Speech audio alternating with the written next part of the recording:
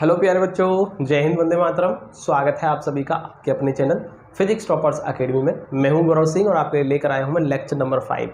और आज के इस नए टॉपिक में, ठीक है, आज की इस नई वीडियो में हम क्या कराने वाले हैं, नया टॉपिक इलेक्ट्रिक फील्ड इंटेंसिटी।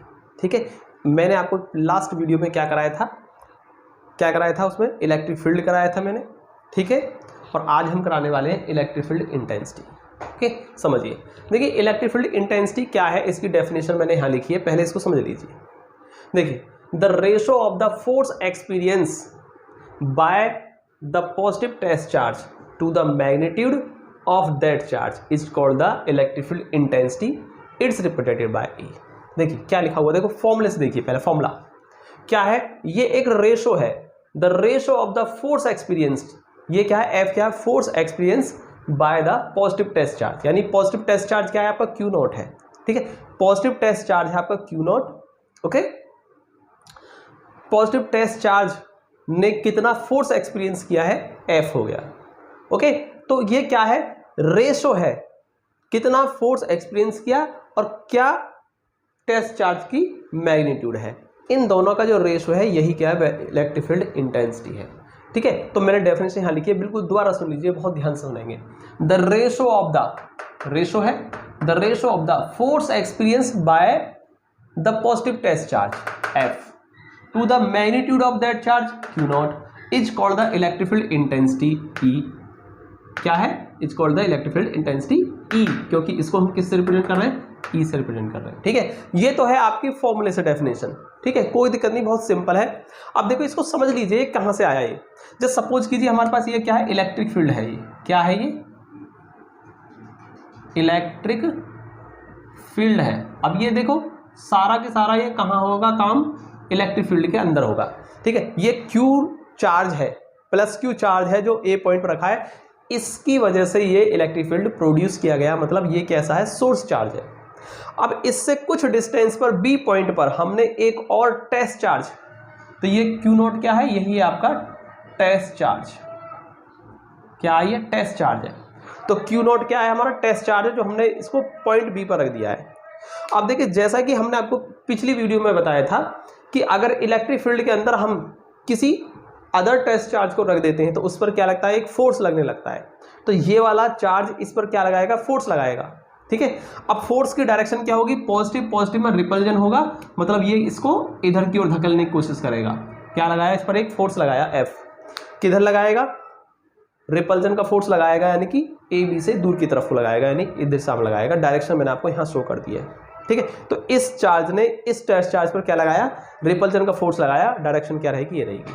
ठीक है, अब देखिए इलेक्ट्रिक फील्ड के अंदर जैसे टेस्ट चार्ज को हमने रखा, उस पर सोर्स चार्ज की वजह से एक फोर्स लगा F।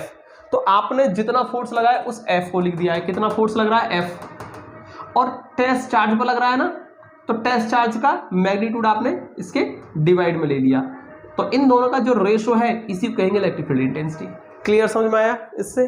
ठीक है, तो डायग्राम समझाया मैंने आपको, तो समझ में आ गया होगा। चलिए आगे देखिए, इसको मैं थोड़ा सा और सिंपल वे में नई डेफिनेशन लिख सकता हूं इसकी। क्या कि आप एक काम करेंगे, if Q not is equal to 1 coulomb, 1 coulomb, then जैसे हमने Q नॉट को 1 कर दिया तो E बराबर कितना हो जाएगा, F अपॉन 1, या हम कह सकते हैं E equal to F।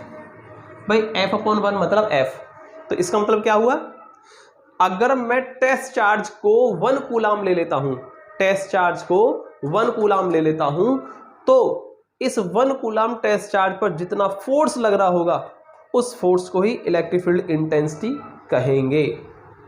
Okay, तो नई डेफिनेशन क्या होगी, electric force experience by the positive unit test charge is called electric field intensity. Okay, definition बिल्कुल नई तैयार होगी। देखो यूनिट चार्ज है ना, 1 कूलम चार्ज का मतलब है जो टेस्ट चार्ज है हमारा वो कैसा है, आपका पॉजिटिव है, और कैसा है, यूनिट है। 1 कूलम का मतलब यूनिट टेस्ट चार्ज है। ये क्या हो गया, यूनिट टेस्ट चार्ज हम इसको बोल सकते हैं। Q नोट को क्या बोलेंगे, यूनिट टेस्ट चार्ज। ओके, तो यूनिट टेस्ट चार्ज पर जितना फोर्स लग रहा होगा उस फोर्स को ही इलेक्ट्रिक फील्ड इंटेंसिटी कहेंगे। बस इसको ट्रांसलेट कर दीजिए। ओके, कैसे? Electric force experience by the unit test charge it's called electric field intensity. Okay, बिल्कुल सिंपल हो गया। ठीक है, आई थिंक आपको समझ में आया होगा। अब इसके आगे देखिए, इसको वेक्टर फॉर्म में कैसे लिखेंगे हम? वेक्टर फॉर्म में हम इसको फॉर्मूले को कैसे लिखेंगे? देखो, वेक्टर फॉर्म में क्यों लिखेंगे हम? क्योंकि इलेक्ट्रिक फील्ड इंटेंसिटी जो है वो कैसी है? वेक्टर क्वांटिटी है। कैसी है? Vector quantity. तो वेक्टर क्वांटिटी है तो इसको वेक्टर फॉर्म में लिख लीजिए। तो वेक्टर फॉर्म में कैसे लिखेंगे? E vector is equal to F vector upon q naught. तो इस तरह से हम इसको लिख सकते हैं। ठीक है, ये ऐसे हम इसको लिख सकते हैं।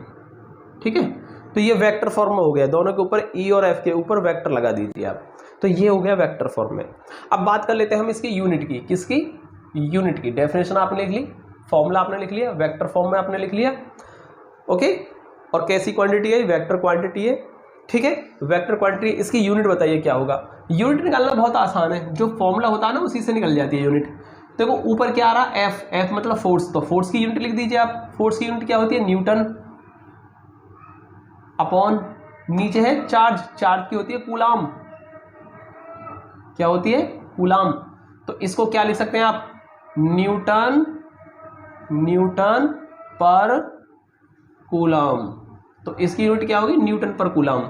या इसको ऐसा भी लिख सकते हैं हम, न्यूटन पर कूलाम। ऐसा भी लिख सकते हैं इसको, न्यूटन पर कूलाम। तो क्या आ गई? इस यूनिट आ गई। अब हम बात कर लेते हैं इसके हम कर लेते हैं डायमेंशनल फॉर्मूले की बात। तो डायमेंशनल फॉर्मूला क्या होगा? Dimensional formula. ठीक है, डायमेंशनल फॉर्मूला। देखिए, डायमेंशनल फॉर्मूला निकालना भी बहुत आसान होता है अगर आपके पास फॉर्मूला है तो। देखिए, इलेक्ट्रिक फील्ड इंटेंसिटी है, इसमें फोर्स का डायमेंशनल फॉर्मूला लिख दो ऊपर। क्या लिखे? फोर्स का होता है mL_T-2।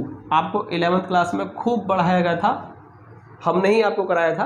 11th क्लास में आपको खूब अच्छे से कराया था। इलेक्ट्रिक फील्ड इंटेंसिटी एफ क्या होता है? ठीक है, फोर्स है एक तरीके से, sorry, electric field intensity F क्या है? फोर्स है एक तरीके से, और इस एफ का होता है mL_T-2। और चार्ज है नीचे, चार्ज का होता है AT। अब आप कहेंगे सर ये AT कहाँ से आया? इसको भी समझाते हैं कहाँ से आया। पहले इसको लिख लीजिए mL_T, ऊपर जाकर -1 और -2 पहले से -3, और A ऊपर जाकर के -1 हो जाएगा। mL_T-3 A-1। तो इस तरीके से इसकी, ठीक है, फॉर्मूले की हेल्प से हम डायमेंशन फॉर्मूला कैलकुलेट कर सकते हैं, निकाल सकते हैं। ठीक है, फाइंड कर लिया हमने। अब देखिए, अब आप कहेंगे सर चार्ज का AT कहाँ से? देखो, फोर्स का mL_T-2 होता है, आपको 11th क्लास में बहुत अच्छे से कराया गया था। अब बात कर लेते हैं चार्ज का। जहां भी चार्ज होगा, चार्ज की यूनिट क्या लिखेंगे आप? चार्ज का डायमेंशन फॉर्मूला क्या लिखेंगे आप? AT लिखेंगे। हर जगह क्या लिखना है? चार्ज का डायमेंशन फॉर्मूला AT। याद कर लो इसे। कैसे होगा? आपने इलेक्ट्रिक करंट के बारे में पढ़ा होगा 10th क्लास में। इलेक्ट्रिक करंट I, ठीक है, इलेक्ट्रिक करंट I = Q/T, ये पढ़ाया गया था आपको। तो इसको क्रॉस मल्टीप्लाई कर दीजिए। Q = I×T। फॉर्मूला किसने नहीं पढ़ा? सबने पढ़ रखा होगा 10th क्लास में। ठीक है, अब देखो चार्ज है ये, और ये क्या है? इलेक्ट्रिक करंट, और ये क्या? टाइम। अगर हम यूनिट लिखें यहाँ से, ठीक है, यूनिट लिखेंगे, यूनिट छोड़ो, यूनिट की बात नहीं कर रहे हम, डायमेंशन फॉर्मूला की बात कर रहे हैं। तो डायमेंशन फॉर्मूला चार्ज का क्या होगा? करंट का कितना होता है? एम्पियर, और टाइम का होता है T। तो हो गया ना आपका AT। तो इस तरीके से Q का डायमेंशनल फॉर्मूला AT होता है। ओके, तो सबको याद रहेगा, चार्ज Q का डायमेंशनल फॉर्मूला AT होता है। क्लियर? सभी को समझ में आया? ठीक है, तो इस तरीके से आप याद रखेंगे, जहां भी चार्ज होगा वहां पर AT रखेंगे, डायमेंशनल फॉर्मूला याद कर लीजिए, बार बार बताने की जरूरत ना पड़े आपको। ठीक है, चलिए अब देखो, यहां से आपने इतना समझा। ओके, अब बात कर लेते हैं हम कि जो इलेक्ट्रिक फील्ड इंटेंसिटी है वो कैसी यूनिट है? वेक्टर। जब वेक्टर है तो इसकी कोई ना कोई डायरेक्शन होगी। अब डायरेक्शन कैसे निकालेंगे? तो देखो डायरेक्शन निकालने का सिंपल फॉर्मूला है। सपोज करो हम पॉइंट बी पर इलेक्ट्रिक फील्ड इंटेंसिटी की डायरेक्शन निकालना चाह रहे हैं। इलेक्ट्रिक फील्ड इंटेंसिटी बतानी है बी पॉइंट पर, ओके। और इस बी पॉइंट पर इलेक्ट्रिक फील्ड इंटेंसिटी की डायरेक्शन बता दो क्या होगी। तो कैसे निकालेंगे, देखो जिस पॉइंट पर इलेक्ट्रिक फील्ड इंटेंसिटी की डायरेक्शन निकालनी हो उस पॉइंट पर हम हमेशा क्या मानेंगे, पॉजिटिव 1 कूलाम चार्ज मान लेंगे, पॉजिटिव 1 कूलाम चार्ज मान लेंगे, यानी कि पॉजिटिव यूनिट टेस्ट चार्ज, ठीक है, मान लिया।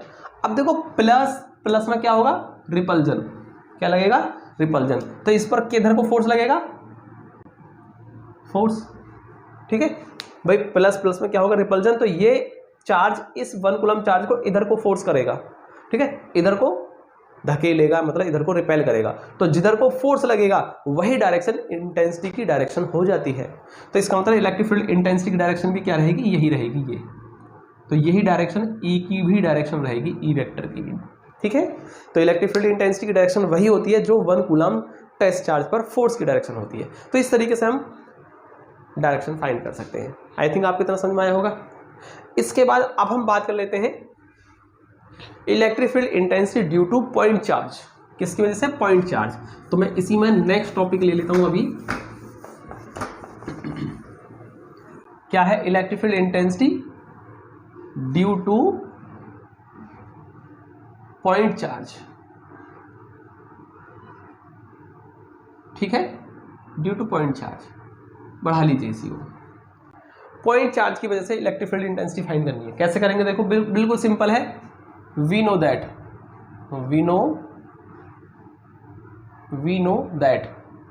इलेक्ट्रिक फील्ड इंटेंसिटी ई क्या होता है, एफ अपॉन क्यू नॉट।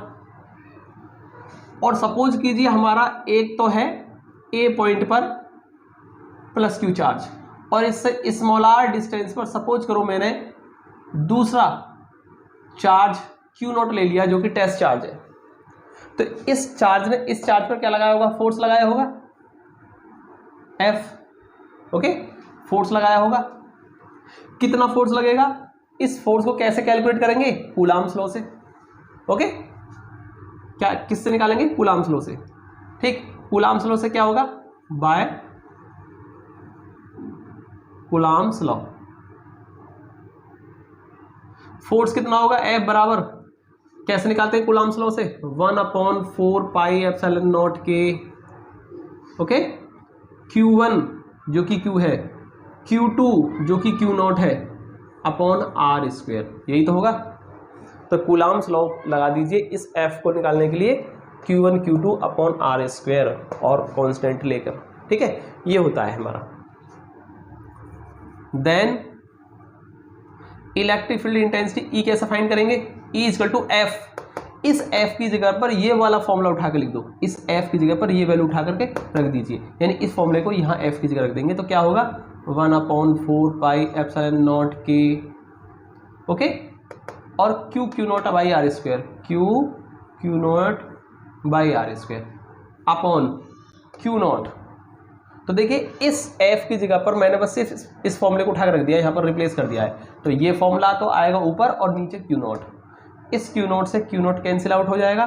तो E बराबर कितना हो जाएगा, 1/4 पाई एप्सिलॉन नॉट के और Q upon r square, Q upon r square. तो ये हो जाएगा आपका फॉर्मूला इलेक्ट्रिक फील्ड इंटेंसिटी का, ठीक है, electric field intensity due two point charge. तो आपके दो फॉर्मूले हो गए इलेक्ट्रिक फील्ड इंटेंसिटी के, एक तो ये फॉर्मूला है ही आपका, ठीक है, इलेक्ट्रिक फील्ड इंटेंसिटी का एक फॉर्मूला ये हो गया, ये electric field intensity due two point charge है ये, ठीक है।